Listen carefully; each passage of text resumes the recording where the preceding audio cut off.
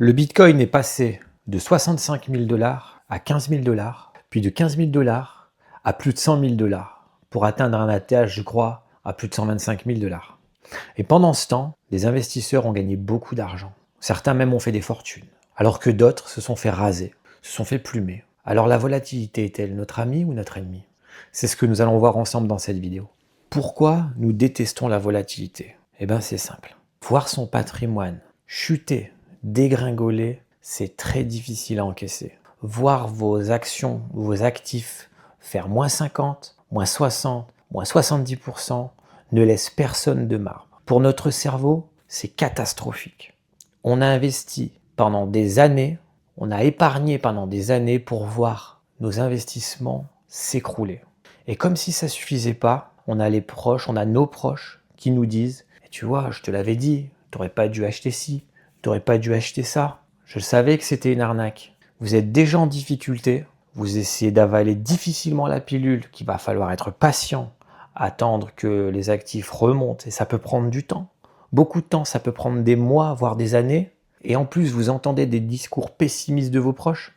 Et dans les médias, le Bitcoin a chuté de 10% en cette séance.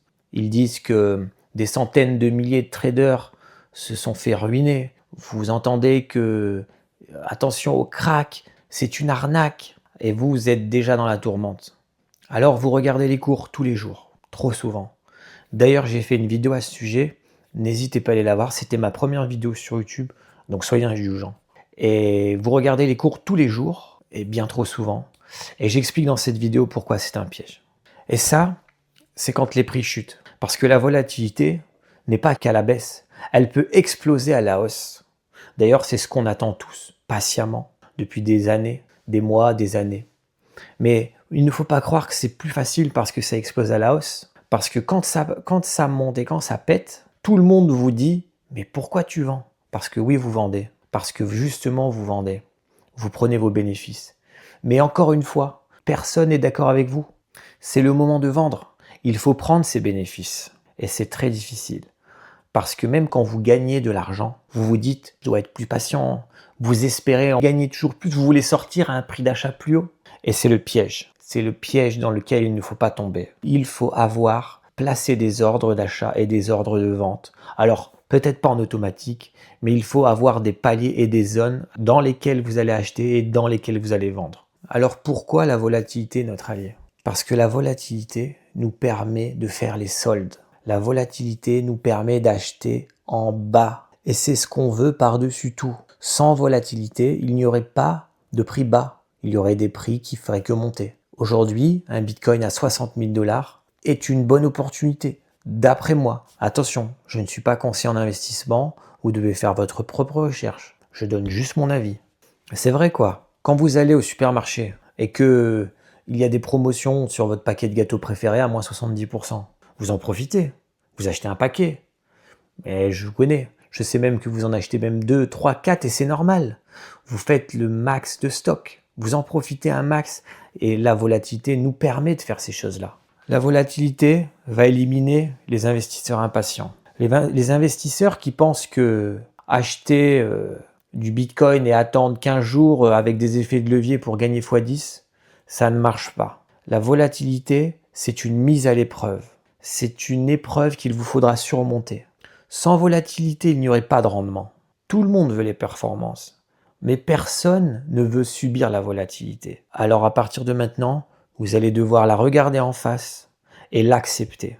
Et surtout, vous allez devoir contrôler vos émotions. Ne pas vous laisser aller. La volatilité est le prix à payer pour obtenir des performances exceptionnelles. Sans elle, contentez-vous d'un livret A à 1%. Vous n'aurez aucune volatilité, vous ne perdrez pas d'argent et vous gagnerez 1% de rendement par an. Je sais, ça fait pas rêver, mais vous ne souffrirez pas. Avec la volatilité, vous allez rentrer dans de grosses souffrances, que ce soit à la baisse ou à la hausse, mais vous allez gagner de gros rendements. En fait, le vrai danger n'est pas la volatilité. Le vrai danger, c'est les émotions qu'elle vous procure. Parce que quand c'est tout en bas, vous avez envie de vous enfuir. Vous vous demandez encore ce que vous faites là. Pourquoi vous êtes encore dans tel ou tel actif? Et quand c'est tout en haut, vous n'avez pas envie de vendre. Vous avez envie de garder parce que vous dites ça va monter encore plus haut. Mais personne ne le sait. La volatilité n'est pas le vrai danger. La volatilité va tuer les gens impatients. La volatilité va tuer les gens qui mettent trop d'émotions dans leurs décisions et qui n'ont pas de stratégie. En fait, quand je dis ça, ce que je veux dire, c'est que la volatilité ne va tuer personne. C'est les gens qui vont prendre des décisions à cause de la volatilité. La volatilité ne détruit pas les investisseurs. Les décisions prises pendant la volatilité le font.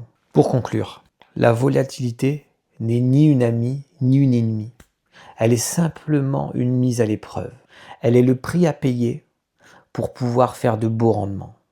Sans elle, il n'y aurait rien à gagner. Plus vous êtes capable de l'accepter, plus dur vous serez avec elle, plus gros vous gagnerez de l'argent. Les émotions doivent être mises de côté. Vous devez être stratège, froid, patient et impassible.